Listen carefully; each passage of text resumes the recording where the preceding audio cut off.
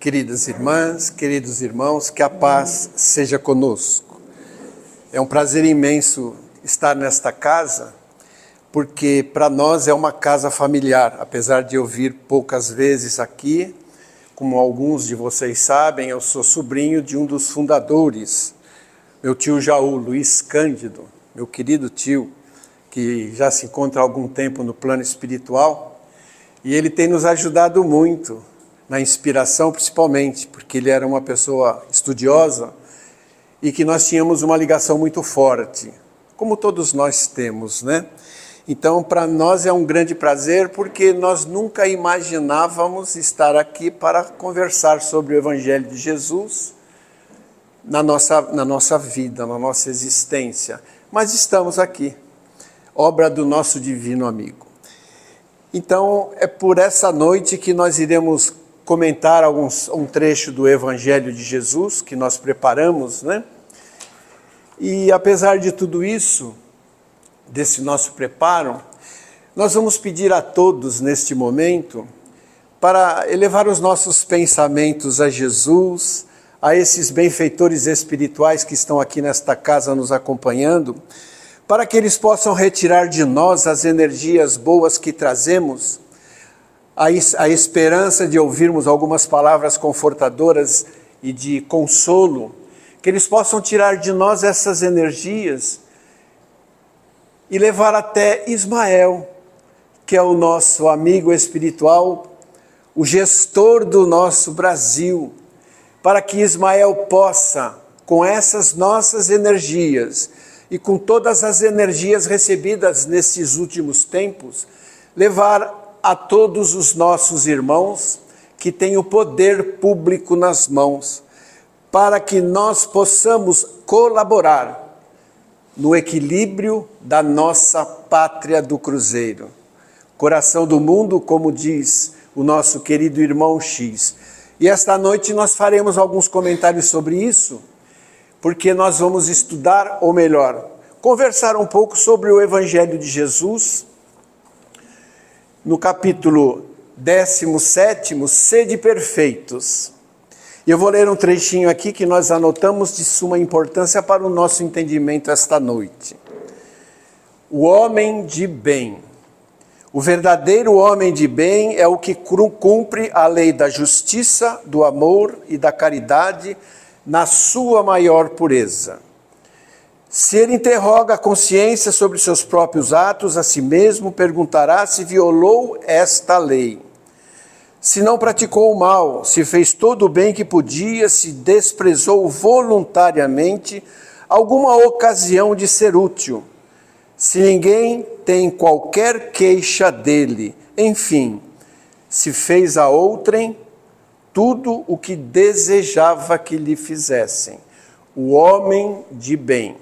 E eu faço uma ligação muito forte com esse homem de bem, logicamente, com o nosso capítulo 20 do Evangelho, que é os trabalhadores da última hora. E nós pensamos assim, nós estamos num momento crítico no nosso planeta. E esse momento crítico que nós estamos é a preparação para a mudança de toda esta área magnífica que nós resolvemos reencarnar nela.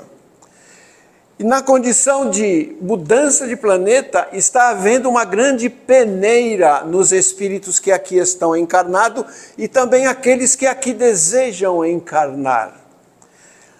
Então, Humberto de Campos, no seu livro Brasil, Coração do Mundo, Pátria do Evangelho, nos explica cintosamente toda essa condição pela qual nós nos encontramos no nosso país.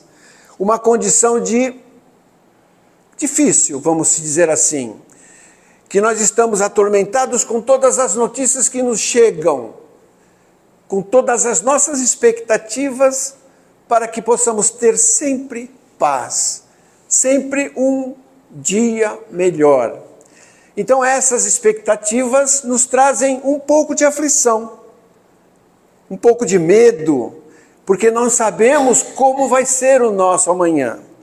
O nosso Francisco Cândido Xavier, que é um dos nossos ícones da doutrina, é o nosso apóstolo do Espiritismo. Ele nos falou que esses 2 anos que nós estamos passando, 2025 e 2026, seriam os anos mais difíceis, pelo qual quem estivesse encarnado na pátria do cruzeiro iria encontrar dificuldades para conviver com a situação que plena sobre todos nós. Mas eu me lembro de uma passagem desse livro, Brasil, Coração do Mundo e Pátria do Evangelho, por tudo isso que nós estamos passando, pela configuração dos personagens que estão se identificando para todos nós, nós nos lembramos de Ismael, que é o coordenador da terra do cruzeiro, da nossa pátria. E uma certa feita, como Jesus pediu a ele para que ele fizesse a coordenação desta pátria, porque antes de tudo, quando Jesus pediu a Eliú, que era um dos seus promotores, vamos se dizer assim, do cristianismo na terra, ele pediu a Eliú para que verificasse um lugar no planeta aonde ele poderia configurar ou plantar a árvore do seu evangelho. E Eliú tomou esta solicitação de Jesus e pairou sobre o planeta. E quando ele passou em cima daqui da América do Sul, ele ficou super admirado. Ele olhou as terras, olhou tudo aquilo que nós temos no Brasil e na América do Sul, e ficou admirado. Chegou a Jesus e falou: mestre, eu acredito que eu encontrei o local aonde se deverá implantar o teu pensamento, a tua árvore evangélica. Eu queria que tu fosses comigo conhecê-la, conhecer o local, para se tu concordas ou não comigo. E ele trouxe Jesus, e Jesus parou sobre a América do Sul. Verificou no Brasil uma excelência de qualidade atmosférica, psíquica, porque aqui era tudo natureza, era tudo paz. E aonde aqui somente existiam os silvícolas. E ele olhou aquela natureza repleta de maravilhas, como nós conhecemos, e falou: Eliú, é aqui que eu vou plantar a árvore do meu evangelho. É aqui que eu configurarei os meus pensamentos para a mudança da humanidade. E quem sabe trazer o Consolador prometido, para que eles possam identificar realmente a verdade. E foi assim que Jesus configurou o Brasil como a pátria do cruzeiro, o coração do mundo e a pátria do evangelho. E foi assim feito, e convidou o nosso querido Ismael para começar a organizar. Ismael configurou nele a proteção de Jesus e falou: mestre, farei de tudo para que tu possas trazer, para que nós possamos ter aqui o teu evangelho verdadeiro. Porque em Jerusalém não tem mais condição, nós sabemos. E foi aqui que foi plantado. E assim Ismael começou a organizar o Brasil. Mas só que, quando ele começou a verificar a chegada dos europeus, e verificando o que os europeus estavam fazendo na nossa pátria, ele ficou apavorado, ele ficou muito triste, porque verificava-se muita violência naquela época. Eram mortes, eram trajetórias horríveis que aqueles europeus trouxeram para cá. Ismael ficou desconfigurado na sua excelência de amor e voltou a Jesus para tê-lo com um questionamento. E chegou ao mestre e falou: Jesus, tu me deste a tarefa de coordenar o Brasil. Fiquei feliz, porque aquela terra é maravilhosa. Mas agora eu estou verificando que eles estão fazendo tudo aquilo que nós não estávamos esperando. Estão matando os silvícolas para tomarem conta da área deles. Os escravos que tu permitiu, que Deus, o nosso Pai, permitiu que fossem para lá, eles estão cativando e tratando-os como animais. E eu não estou conseguindo reverter toda essa situação de violência para com os nossos irmãos. E aí o Ismael começou a chorar, não conseguiu mais falar nada. Aí Jesus, Ismael, tende confiança em nós, tende confiança no Pai. E assim ele falou a Ismael: Ismael, acerena o teu mundo íntimo no cumprimento sagrado dos deveres que te foram confiados. Bem sabes que os homens têm a sua responsabilidade pessoal nos feitos que realizam em suas existências isoladas e coletivas. Mas, se não podemos tolher-lhe a liberdade, também não podemos esquecer que existe o Instituto Imortal da Justiça Divina, onde cada qual receberá de conformidade com os seus atos. Eu tenho estudado tanto esse livro que ele está nessa situação, despencando. Mas não tem problema não. Aí Ismael engoliu o choro, como nós dissemos, engoliu o choro. E falou: mas mestre, o que tu quer que eu faça? Eu não tenho mais condições de dominar aquele povo. Ele falou: Ismael, tenha paciência. Ergue a tua bandeira branca da paz, escrito Deus, Cristo e caridade. Percorra todos os cantos onde estiverem espíritos decaídos, espíritos trucidados pela vida regressa, aqueles espíritos que se prejudicaram a si próprios. E levanta esta bandeira e chama-os, para que eles possam vir contigo, para terem uma nova chance nesta terra do Cruzeiro. Espíritos que faliram de todas as formas, em todas as categorias, religiosos, políticos corruptos daquela época, religiosos que tratavam a sua religião em benefício próprio e esqueciam daqueles seus seguidores. Enfim, traga esses espíritos para cá. E aí tu configurarás sem dúvida nenhuma, porque eles querem mais uma chance, sabem que erraram, mas querem que a tua suprema cortesia de auxiliá-los possa reerguê-los. E foi assim que Ismael saiu por todos os cantos do planeta e trouxe todos os espíritos decaídos, todos aqueles espíritos que erraram, mas queriam uma chance para poder recuperar, reaver os seus erros, e trouxeram-os para cá. E assim nós verificamos várias personalidades que estiveram nesta condição e continuam na luta evolutiva, auxiliando agora, porque se recuperaram naquela grande oportunidade a qual Jesus pediu a Ismael para que pegasse-os e trouxessem para cá. E tem vários exemplos desses espíritos que se regeneraram por intermédio da dor, sem dúvida nenhuma, porque ninguém que está numa vida errada, numa vida fútil, não se regenera a não ser pela dor, pelo sofrimento, como todos nós que já sofremos e sofreremos um pouco mais, dependendo da nossa ocasião de servir. E os espíritos vieram e começaram a auxiliar. Eu vou dar 2 exemplos que nós conhecemos muito bem.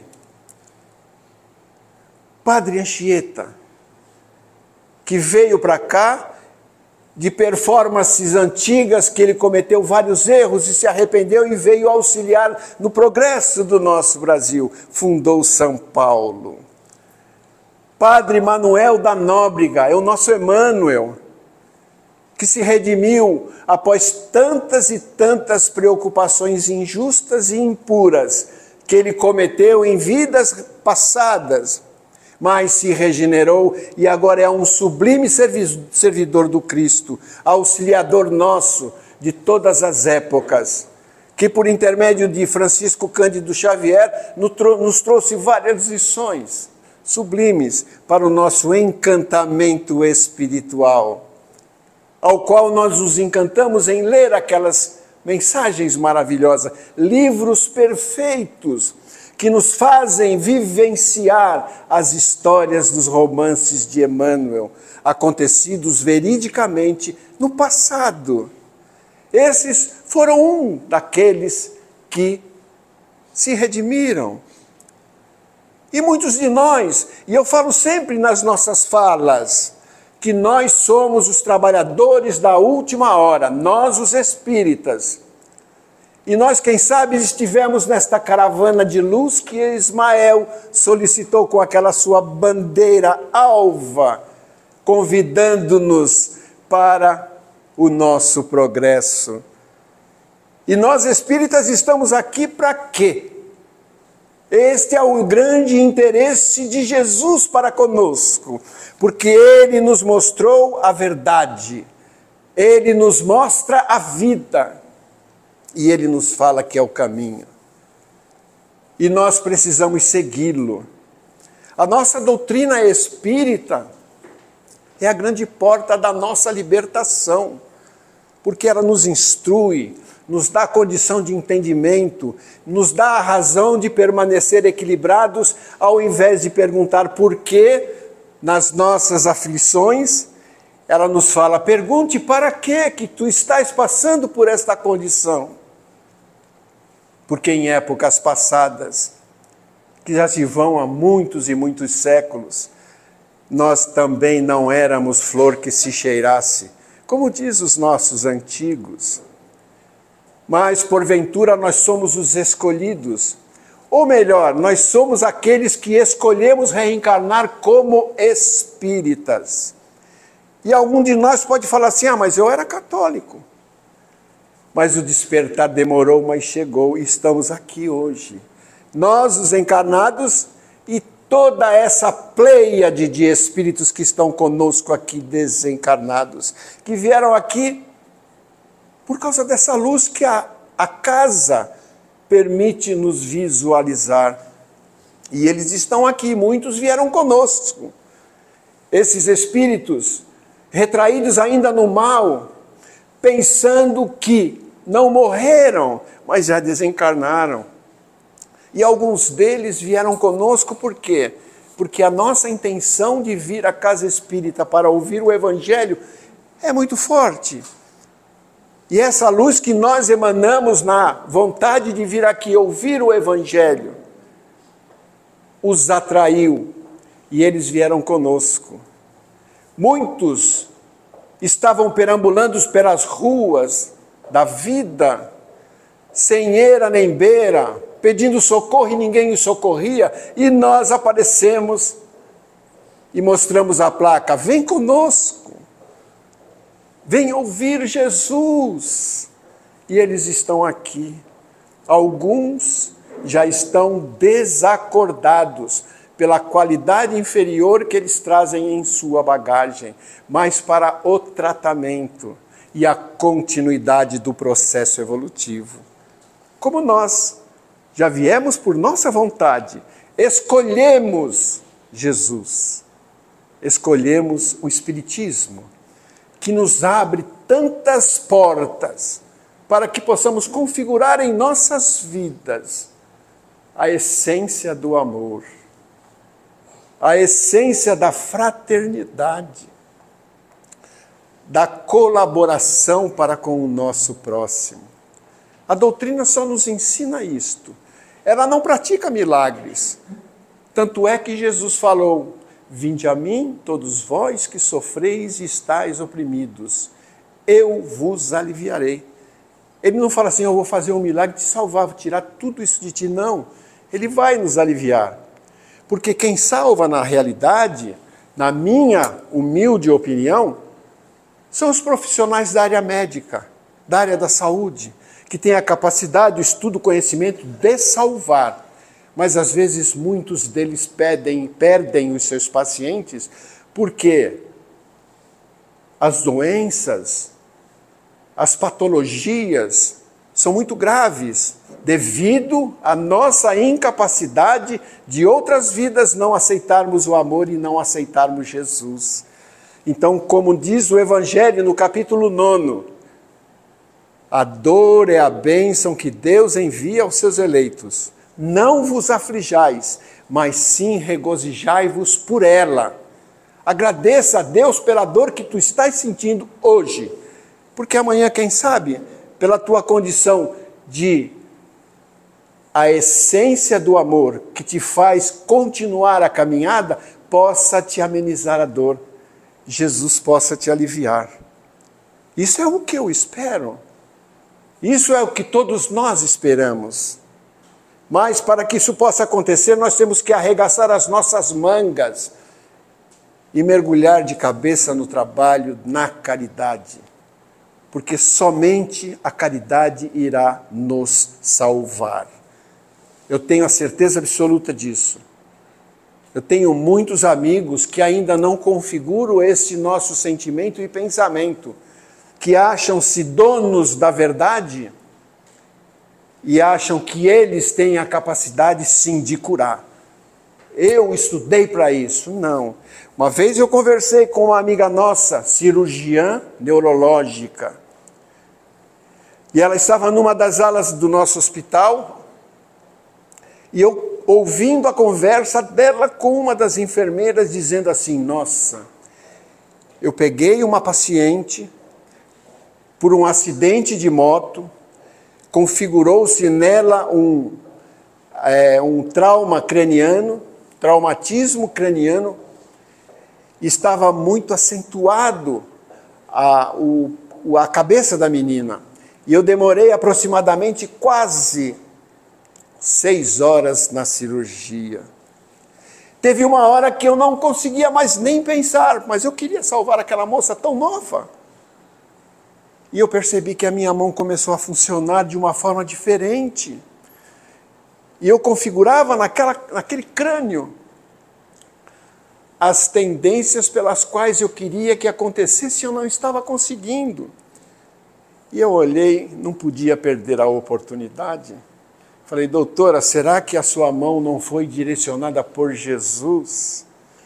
E ela falou: acho que eu tenho certeza disso, porque eu estava muito cansada e preocupada. Pensei de perder aquela menina, mas ela conseguiu reverter toda a situação por intermédio da ciência, sem dúvida nenhuma, porque ela estudou para isso, mas também do amor que Jesus tem para cada um de nós e pela vontade que ela tinha de salvar aquela criatura. E os espíritos amigos que trabalham naquela casa junto conosco, eles verificaram a intenção e a boa vontade e o amor daquela profissional que queria salvar aquela paciente. E a menina também tinha esse merecimento e foi salva. Então, são valores que nós não aprimoramos dentro de nós. São valores que ainda não configuramos, que oportunamente servidos pelos nossos maiores. Porque nós, na realidade, eu particularmente, que tenho a responsabilidade da divulgação do Evangelho de Jesus em casas espíritas, mas eu não estou sozinho, não. Eu estudo, eu procuro detalhar os meus comentários e etc., mas a inspiração não nos falta nunca, como hoje não está nos faltando.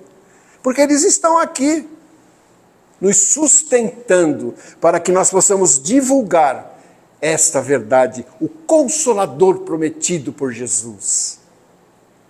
Que interessante. Às vezes nós pensamos: nossa, eu estou sozinho, pelo amor de Deus, esse problema não passa, ninguém me ajuda, cadê esse Deus? Ele está te carregando no colo. Nos momentos mais difíceis, esses amigos espirituais que nos sustentam diariamente e nos ensinam noturnamente, eles estão sempre conosco. Nós temos que acreditar nisso. Eu errei hoje, errei ontem, mas eu não quero mais errar. Eu quero sim colaborar, eu quero progredir com menos erro, com menos tendências inferiores. Mas essa luta é constante. Por isso que eu considero o espírita o trabalhador da última hora, porque foi nos oferecido essa oportunidade. Essa grande oportunidade de podermos trabalhar, independente de qualquer coisa, de qualquer sintoma, de qualquer vontade, nós temos que nos dedicar, nós temos que proporcionar sempre o amor. Nós temos que proporcionar àquele que está sofrendo mais do que nós a esperança. E nós temos esta capacidade de esperançar o nosso irmão que sofre no nosso caminho. Temos essa condição. Acredite em Deus, falamos para ele. Deus é Pai, Ele sabe o que faz com todos nós. Deus é Pai. Um dia desse eu peguei uma moça desesperada num dos corredores do hospital. Ela não conseguia falar, porque só chorava.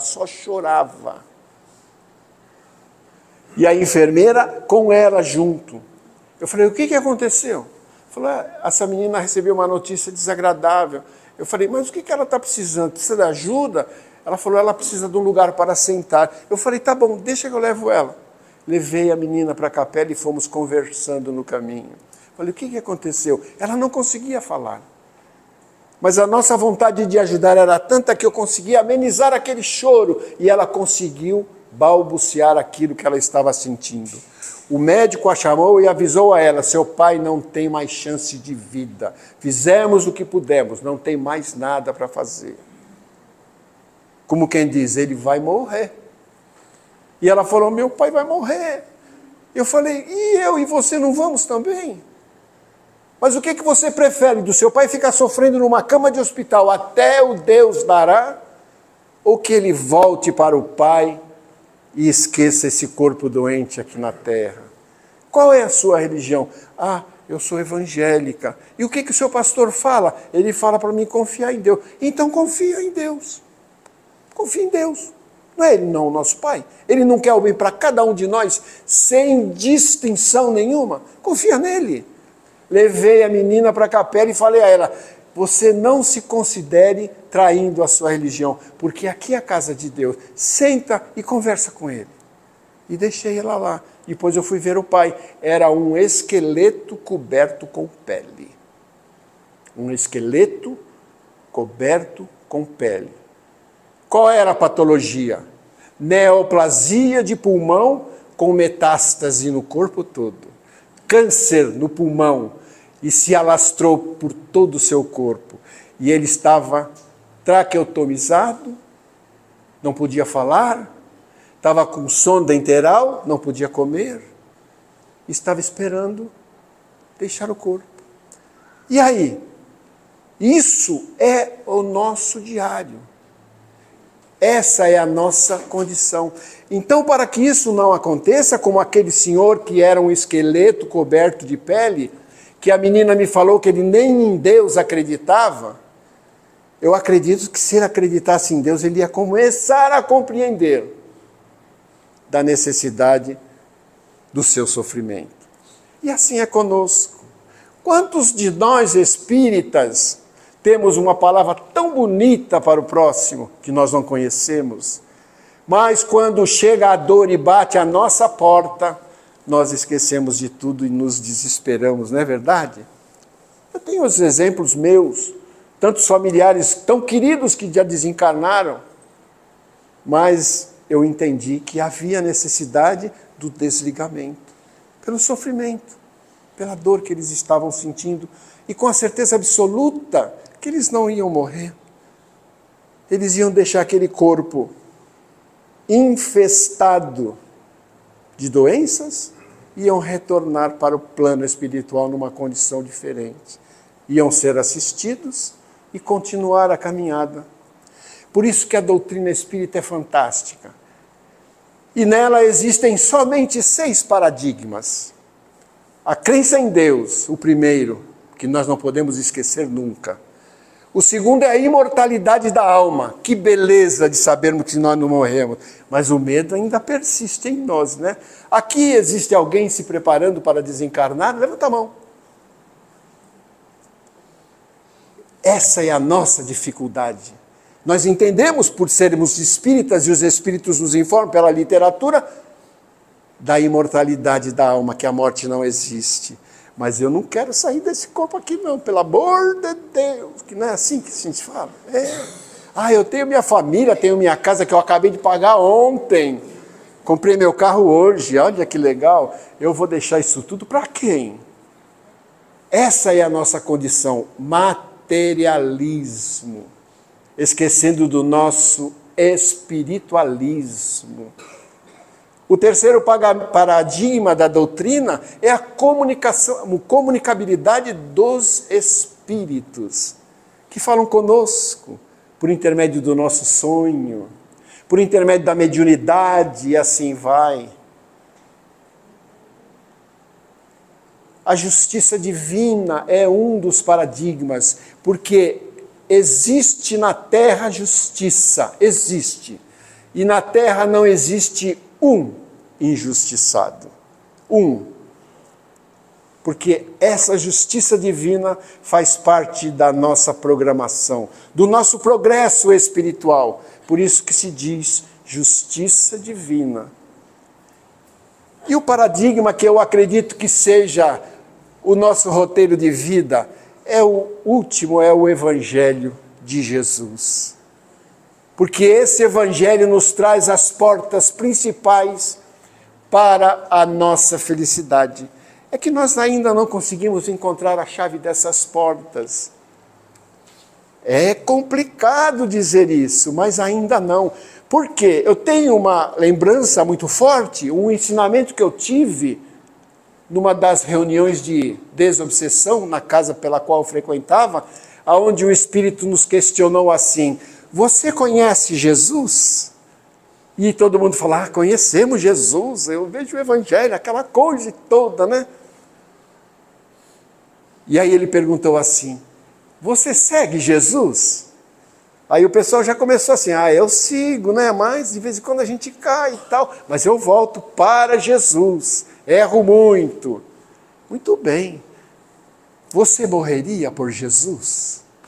Aí que está o grande problema, morrer por Jesus.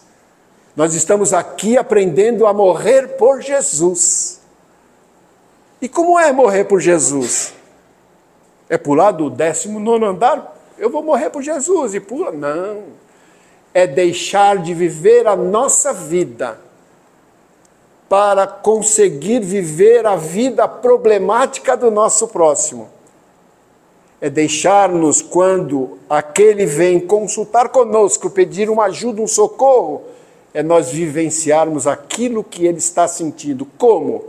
Se você tivesse no lugar dele, o que você gostaria de receber?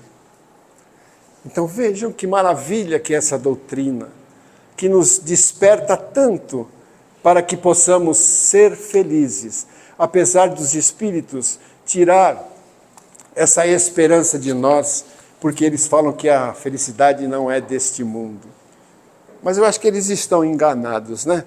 Tomara Deus que sim, porque felicidade é você conseguir ser feliz com o progresso do teu próximo. Esta é a verdadeira felicidade. Então, nós precisamos entender uma única coisa. Somos os trabalhadores de Jesus nesta seara bendita que é a doutrina dos Espíritos para servir o nosso próximo como gostaríamos de ser servidos. Que Deus nos abençoe.